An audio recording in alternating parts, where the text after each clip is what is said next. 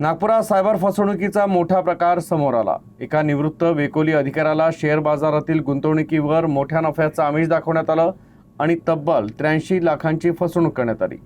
Cyber पोलिसांनी फसवणुकीच्या संबंधित कलमान्वये गुन्हा दाखल केला आहे आणि पुढील तपास सुरू आहे।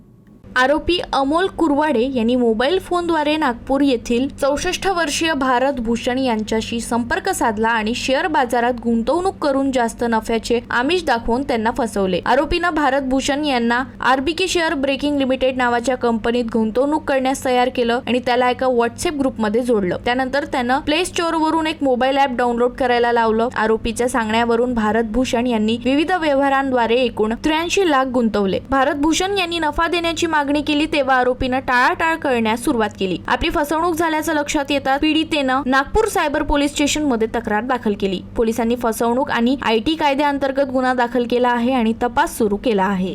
फिर्यादींनी त्या ॲप्समधून झालेला प्रॉफिट काढण्याचा प्रयत्न केला, त्यावेळेस त्याच्यावर ते कोणत्याही प्रकारचा त्यांना रिस्पॉन्स मिळाला नाही। ज्यावेळेस फिर्यादींना असं लक्षात आलं की आपली आता फसवणूक झालेली आहे, त्यावेळेस फिर्यादी यांनी सुरुवातीला 6/2/2026 रोजी सायबर पोलीस स्टेशन येथे NCRB पोर्टलवरती तक्रार रजिस्टर केलेली आहे।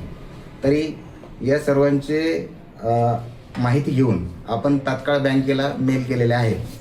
तरी आज दिनांक 23/2/2026 रोजी आपण त्या संदर्भामध्ये सायबर पोलीस स्टेशन येथे गुन्हा दाखल केलेला असून त्या अज्ञात आरोपीचा शोध घेत आहोत।